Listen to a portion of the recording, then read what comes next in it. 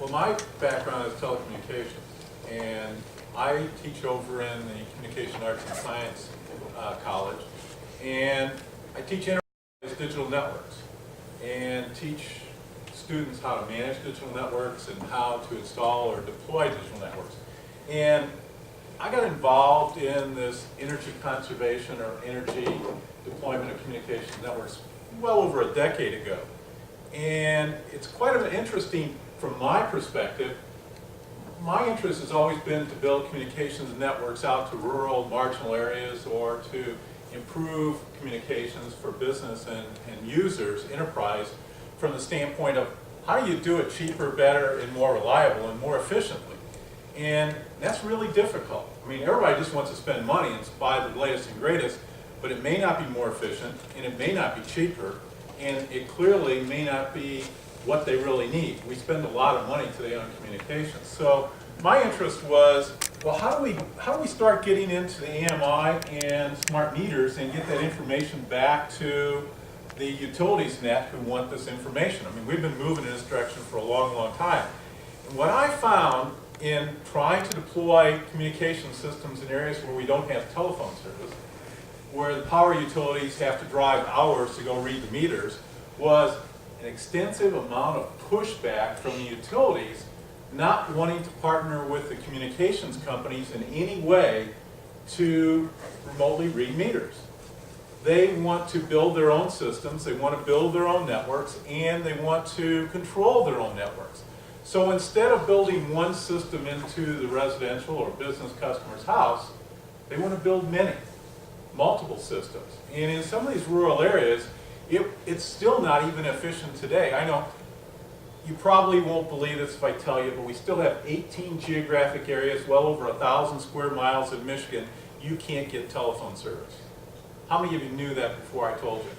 How many of you believe me? One, two. So the rest of you are pretty skeptical. Well, we still have those areas. We have a lot of areas that don't have power. And you know, nationwide is kind of funny. Here we are worrying about broadband, but these people can't even get cell phone because the tower is not within 20 miles.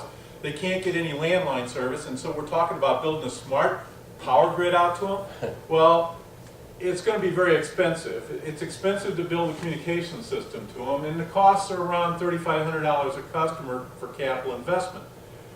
Now we're coming along and building on top of that a smart AMI interactive communication system that's going to cost, in urban areas like Boulder and California and Florida, Miami and that, where they're building these smart meter systems and the power companies coming in and putting the communications in to deal with this, it's costing between $700 and $1,300 per customer just for the capital investment to communicate with these smart meters. It's not going to do anything else. It's going to give you a two-way communication system, and they're not building it on the existing systems. How many of you don't mind paying, let's say, double your communications costs just to have smart meters? How many want to pay double your communications costs? Nobody, right? That's the issue. It's the acceptance. We all want to have climate control, and we really want to reduce greenhouse gas emissions. We want to do the right thing, but the question is, do you want to double it out of your pocket? I mean, I don't have a whole lot of disposable income, and I know a lot of the people I do work with don't have a lot of disposable income, so we've got to find a way to build a smart meter system that may be part of the smart grid, but it's got to be cost effective. We've got to see in our lifetime some kind of return on this. Otherwise, just doing it for the fun of it is really, really expensive. And there are going to be some people that get really, really rich out of this. I mean, with the AT&Ts and the Verizons and a number of the phone companies out there that are building these systems for the power infrastructure, they're the ones that are taking the money out, $20, $30, $40 a month per customer that you're going to have to pay for.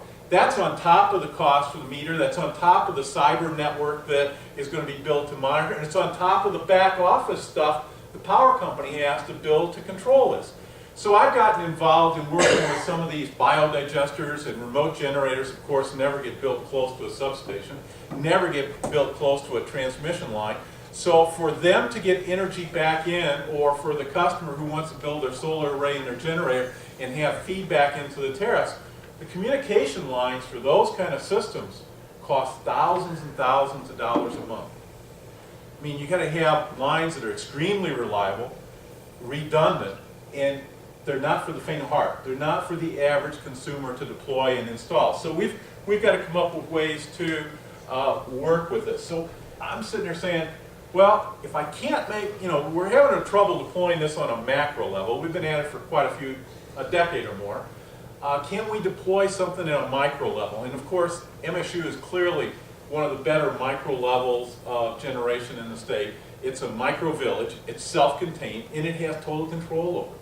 So the real issue is, how do we go in and gather the data? Well, Linda talked to what the university is doing to start deploying metering in the buildings and gather data at the building level, but that's just not good enough. You're going to have to get down to the appliances and the usage of individuals and start looking at these devices, because the first thing you got to do to save on consumption is conservation. And when you start putting metering in at the house and then you start finding out what's consuming it, you can find out a lot more information about what's really burning up energy wastefully. Also, you've got to analyze that data and then kind of forecast, well, where am I going to make money? How do you do that?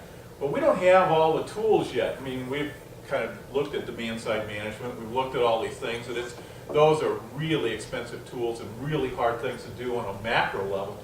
On a micro level, we don't even have those tools really handily available.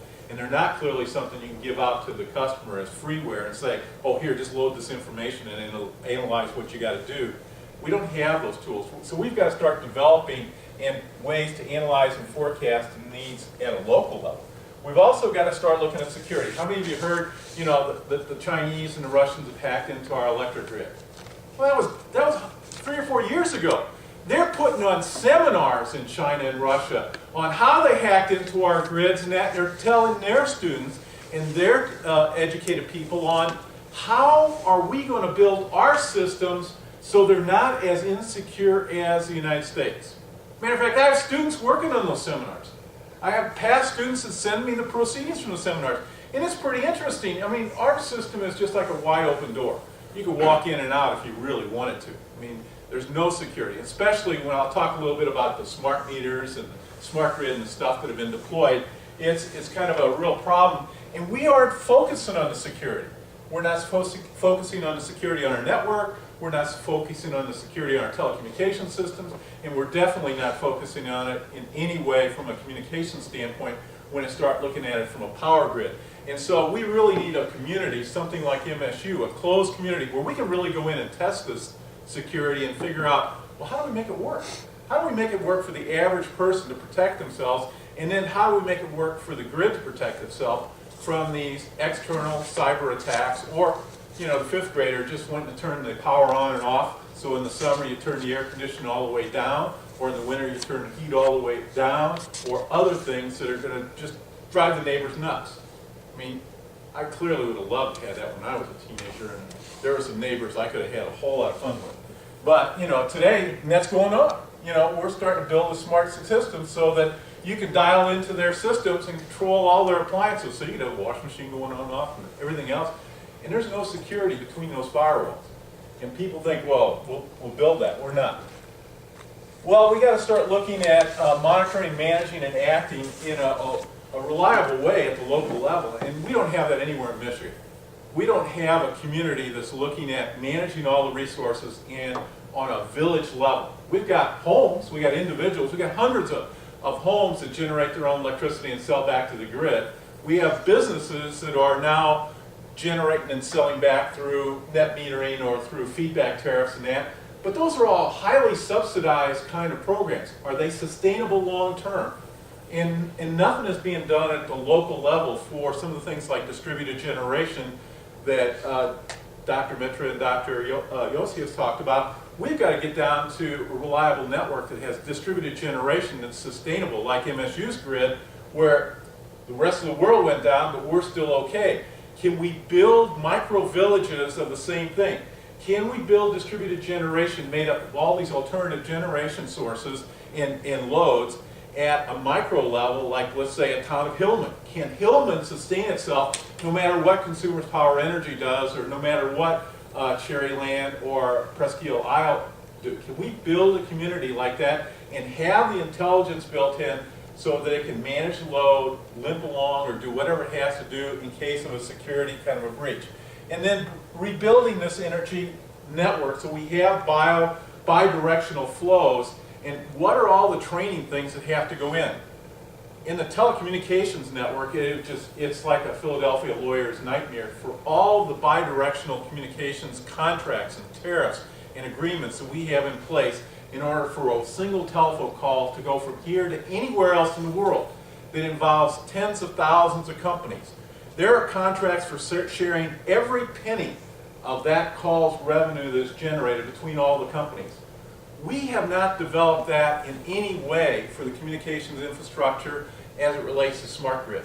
We have not worked out all those intercompany contractual relationships. We haven't figured out what the terms and conditions are going to be and all of those things. So when we talk about having smart meters that are going to be pricing by time of day so that we can buy and make decisions, well, Yossi said, you know, these decisions are the utilities sell kilowatts and that's where they make money. The only way that we as consumers are going to make money is if we can get prices less than we're charging today and being charged today. That means that we're going to have to see the marginal pricing of the electric system on marginal cost of energy by time of day and day of week and everything else, so we can make intelligent decisions on what is the price of energy. So far, I think it's been a huge political blunder on the industry's part of going out and saying, okay, we're going to deploy smart meters, raise the price. We're going to start doing green energy, raise the price. We're going to start time of day rates. We're going to start at average and go up. Well, there's no savings for me at all for a consumer, so why do I want to do anything?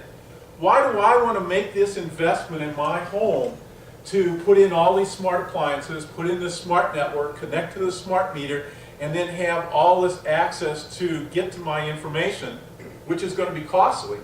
I mean, it's cheap to put in a little Wi-Fi network and hook up a couple of computers and handheld devices. But when you start to go in and now hook that up to all your smart appliances, how many of you have smart appliances that are two-way communication? Anybody? No, they just started making them.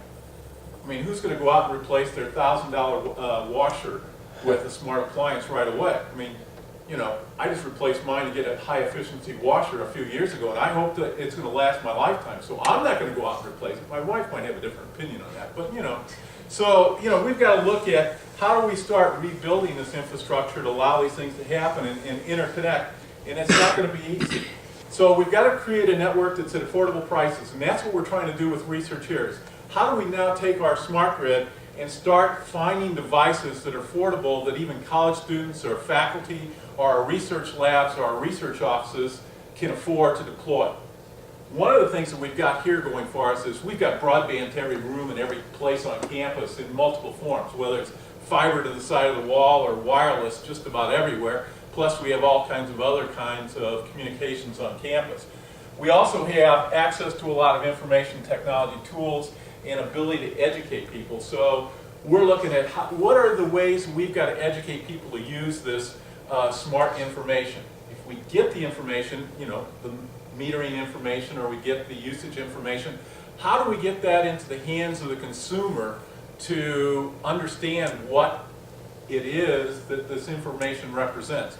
I mean, I watch Channel 6 News and Channel 10 News, and they're out there running around with watt meters measuring pieces of equipment, and they're giving out consumers, oh, this piece of equipment is using 3 kilowatts, look at this.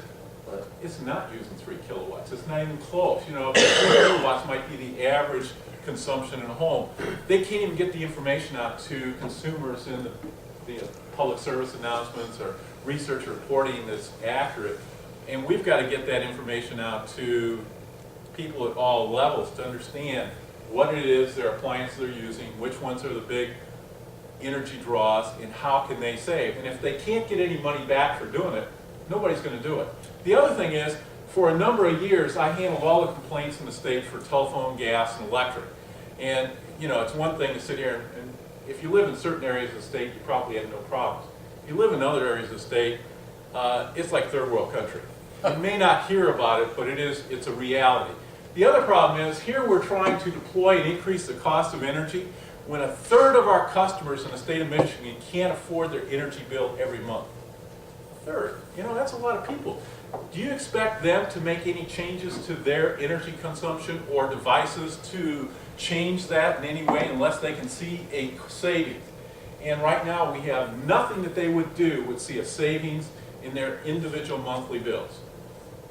In those areas where they're putting in smart meters, the price is at or above average cost. So they have no reason to do anything. And also, more than a third of our customers in the state for energy are renters, just like students on campus or people anywhere. So how do you change the behavior of renters who are living with slumlords who don't even fix the leaky water pipes?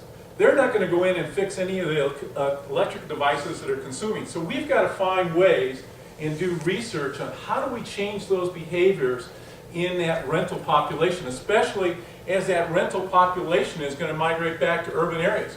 We're going to be looking at a rental population of over 50% in the next 3 to 5 years. And it's happening all over the United States. We're moving back to that market, and we're having more slumlords, and the slumlords are doing master metering. They're not putting in individual meters. They're not doing anything on an individual apartment basis at all, especially in the low-cost areas or low-rent areas of the state, so to speak. And that's going to be a problem. How do we incent those markets to make any changes? It's probably easy to make Google and some of the big corporations turn green, and it's easy to make some of the big users, residential users that have disposable income, but this particular market of the consumer market, how do we change the behavior in that market? How do we communicate it, and how do we do it with the existing communication resources and infrastructure we have today and do it reliably? And we have a lot of students here on campus that we can use as human subjects. I know they don't like to hear that, but at least we can try to entice them to come up with ways to change this market and do that kind of training. So what I'm looking at is some kind of a village microgrid, and that's what we've been talking about on campus. So taking the broadband network, doing energy conservation, using smart appliances, doing some kind of energy storage and integrating that into this whole mix of things, water conservation, solar, hydroturbine, the whole host of hybrid of technologies, and make them into a communications network that's controllable at the local level, that can manage all these things, pick the most efficient ones at the time for a lot of different reasons. Efficiency might be price, efficiency might be availability of resource, and it might be to just conserve on climate. I don't know what those efficiency mixes are. That's really out of my end. But mine is, how do you build the communications and computer network to control this? And all the smarts that goes in behind that to control it. We have not developed that at all. And when I talk to my students in my network class about doing this, they say, this is too complicated. That's not what I want to do. Well, we've got to change that attitude. If we're going to change the way we've got to do, the young adults that are going through the colleges and the schools now have to be able to do that. So we've got to get public education and training. We've got to develop strategies to lower this cost of this communications network. We can't afford $2,000 per customer to build a smart grid communications network. That's really expensive. And the way they're building it, it only has a 3 to 10 year life. We're already seeing some of the first smart grid wireless networks that were put in only 3 years ago being replaced. That's really expensive because they don't work.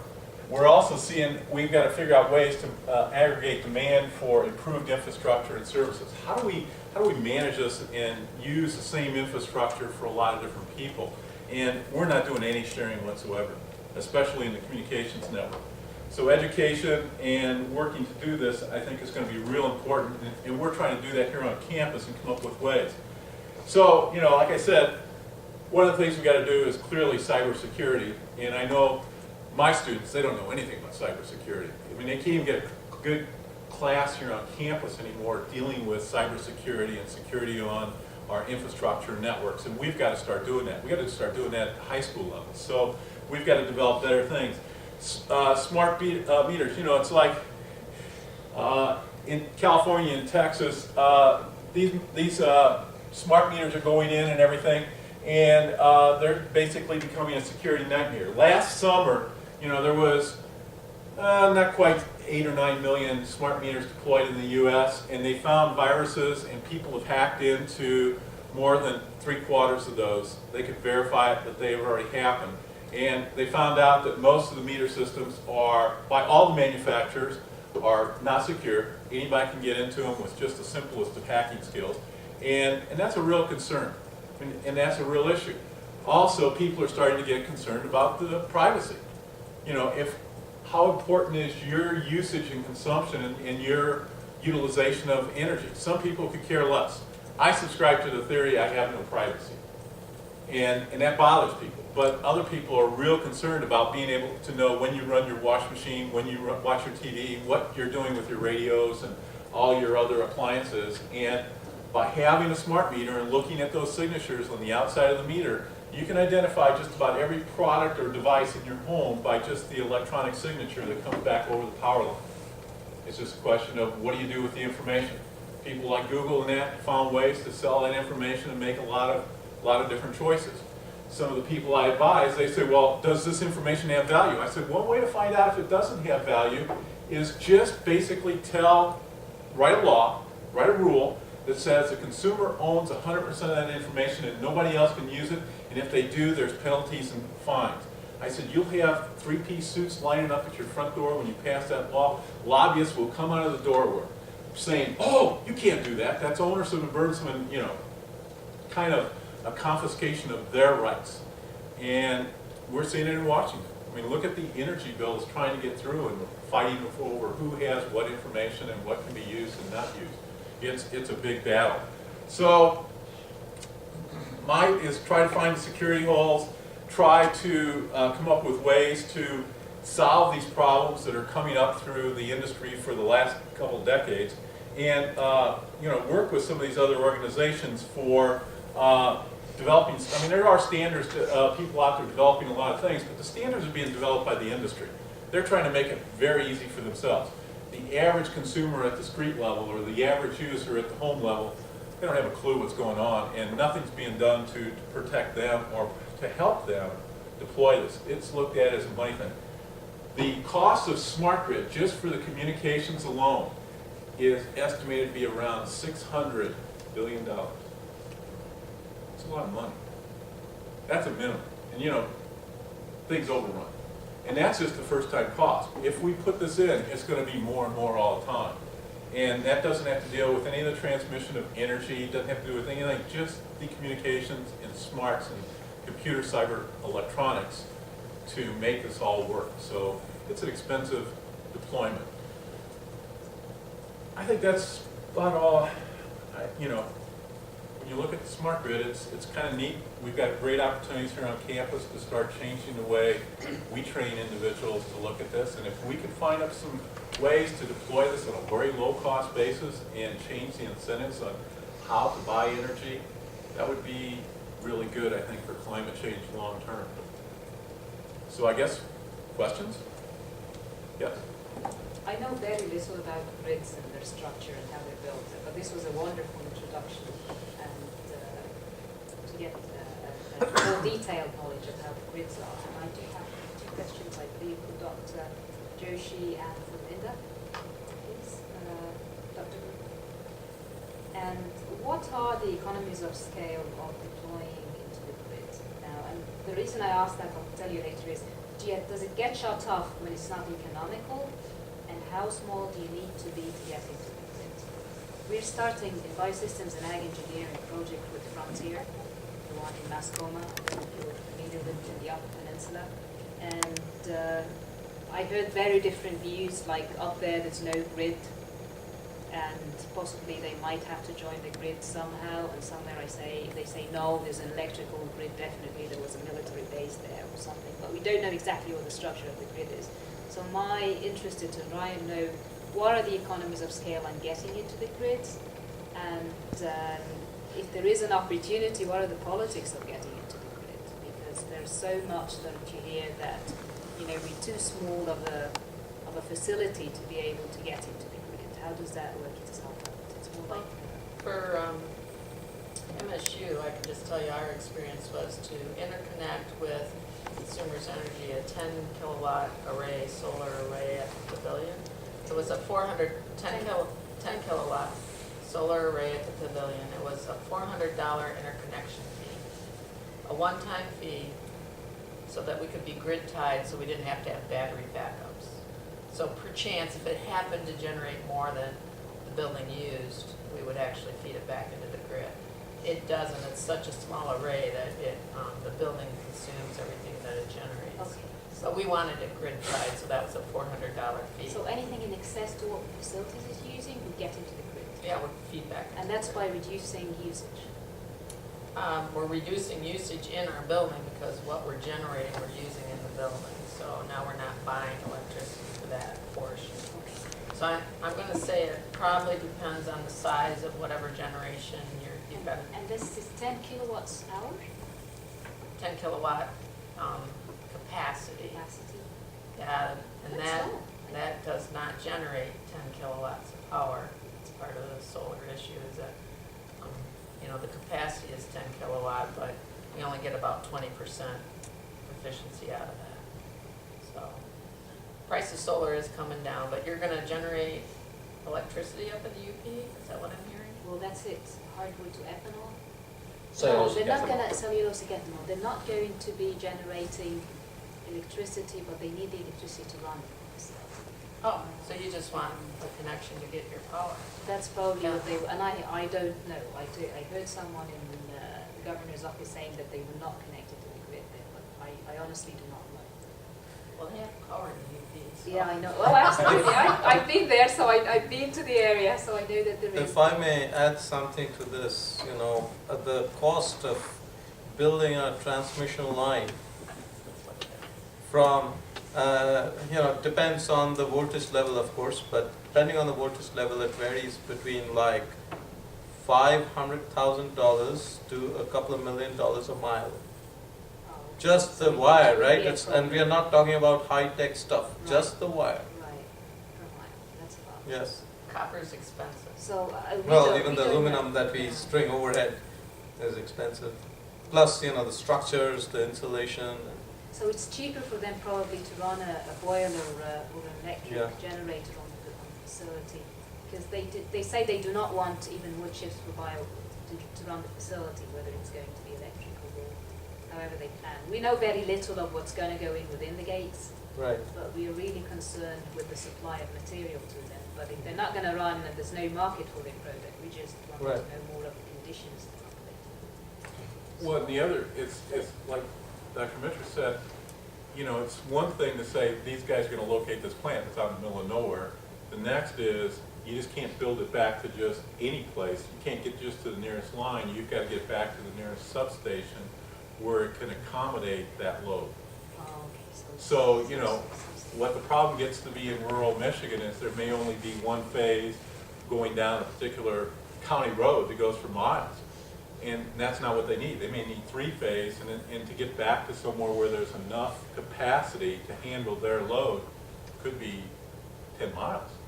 Well, when you start talking you start 10 miles multiplying at, by 2 million. $500,000 a mile, it gets real expensive and nobody can afford it. And that's not the only problem. The real problem then becomes nobody wants this line in their backyard. So you have all the other people on the road are sitting there saying, don't build that in my front yard. Don't cut down my trees. So then you get into all the right-of-way issues, and who's going to handle that? Is it the power company's responsibility for handling that, or is it the customer's responsibility for handling that? Or is it the community? A lot of times it's the community who wants it done, but they don't want to face the political hassles either. I mean, it's not for the faint of heart. It's like now we built all the windmill generators, but now we got to have a transmission line built. Well, who's going to build the transmission line? Well, it depends on what the voltage is. It's like Dr. Mitchell said, we have the local companies, the local generation and distribution companies can build up to a certain voltage, but then above that, some transmission company has to come in. Well, if the transmission company comes in, oh, they see dollar signs. That's all they want to do, is get permission to build that transmission line, because then they just turn that cost over to all the local distribution companies, and they have to bury it in their local rates. They don't even bill the customer directly. So it's a cost plus. Now, It's a win-win for them. is there a possibility that even the substation would not be at a certain load capacity that could feed? Absolutely. So It then might you have to be build another upgraded substation. or fed with more energy, we don't know. And we don't know, what is the load gonna look like, the VARs, how are you gonna deliver the actual real energy out to that consumer? Depending on what the rest of the load in the area is, getting actual usable energy over that transmission line in a reliable format you may have to go a long way, especially in the UP. I mean, you know, the generation is kind of like the two ends of the UP, That's and the right. grid runs around the middle. Is this public information? Like, can I know at what capacity the substation is working at and what it could take in excess, or is that proprietary? Well, they want to, for Homeland Security Oh, okay. So measures, this is say not that they don't want to tell you, but once they get a bona fide request and, you know, there's a real serious load that's going to go in, then you start doing pre-engineering, and they're going to tell you what they can and can't do. If you assume that the area has some facilities that have been shut down, because a lot of the industries there are shut down, do you assume that their capacity is now available for others to come in, or No, no? You can't automatically make this assumption. can't make that assumption. Why at all. not? If they were already operating in this area before and they're just, they Everybody, shut down 2 years ago, so there's more freed up capacity. Why there is this- freed up capacity, there's no question about it, but it's not freed up uniformly. You know, you might have a plant at this north end, but now you're moving at this end. So yeah, the power, the generation has some free capacity, but how do you get it to where the load is now? It's down here, you know, maybe 100, 200 miles away. That's the dilemma. It's a distribution kind of a thing. You know, it's one thing to say, for example, you know, we have plenty of water here in the Great Lakes, and Arizona is dry, but how do you get it there? And also, we don't want to give it up. So, you know, you start taking energy away from another community that has a lot of capacity, they're going to start, you know, the economic development people are going to start getting a little concerned because they're marketing development and that for new industry there.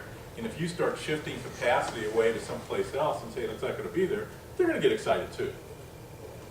And they do. I mean, this is a marketing tool. We're in a lot more. But why would they want to keep their stock of extra capacity? I mean, why would it be a problem? I mean, I would understand water from the Great Lakes to Arizona is a large distance, but if we're in close proximity and we have freedom, why would it be a... They want to sell their energy any way they can, but they don't want to do it at an increased cost. So it's back to the building the line or facilities. If they have to spend millions of dollars to get a few $100s of extra capacity sales, they're not going to do that. We're kind of out of time, so maybe one more question, and then if there's more conversation, people can talk afterwards. There's one in the back there. Just a quick question to Ms. Boomer on, I liked your presentation. You indicated that I know a lot is being done at MSU in terms of sustainability, et cetera. Thought I heard you say that you were doing a fuel change to your power plant. I think we all know that you use coal. Primarily coal, we're burning biomass now, wood, waste wood from campus, not taking trees down, but if they're diseased and we take them down, we'll burn it at the power plant. And a material called cornstarch, it looks just like styrofoam. That was about 70 tons last year, so a small amount. And natural gas, we have the capability when the price is right to switch to natural gas, which is less emissions than coal.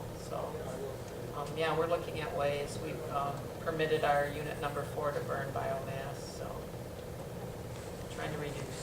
Thank So you. use 70 70 tons of 70 tons biomaterial year? last year, per year? just last year. We're trying to ramp up. To give you an order of magnitude, we burned 250,000 tons of coal, 70 tons of biomass. Small. Yeah, we got a Could you ways to go. cogen? Yeah, we got a Could you ways. cogen? Like, could We you- are cogen. Cogen means that we feed the campus underground with steam for heating, and we also feed underground electricity. So we are a 60% efficient plant. Could you coal-fire? We do. Coal with wood? We do. There's more capacity to increase the Yes, there the wood is. chips and to Yes. reduce the coal. Yes. So we're looking for materials, so. Yeah, I know you're working with Larry Clough and Who? Larry Clough. Maybe you don't. Who?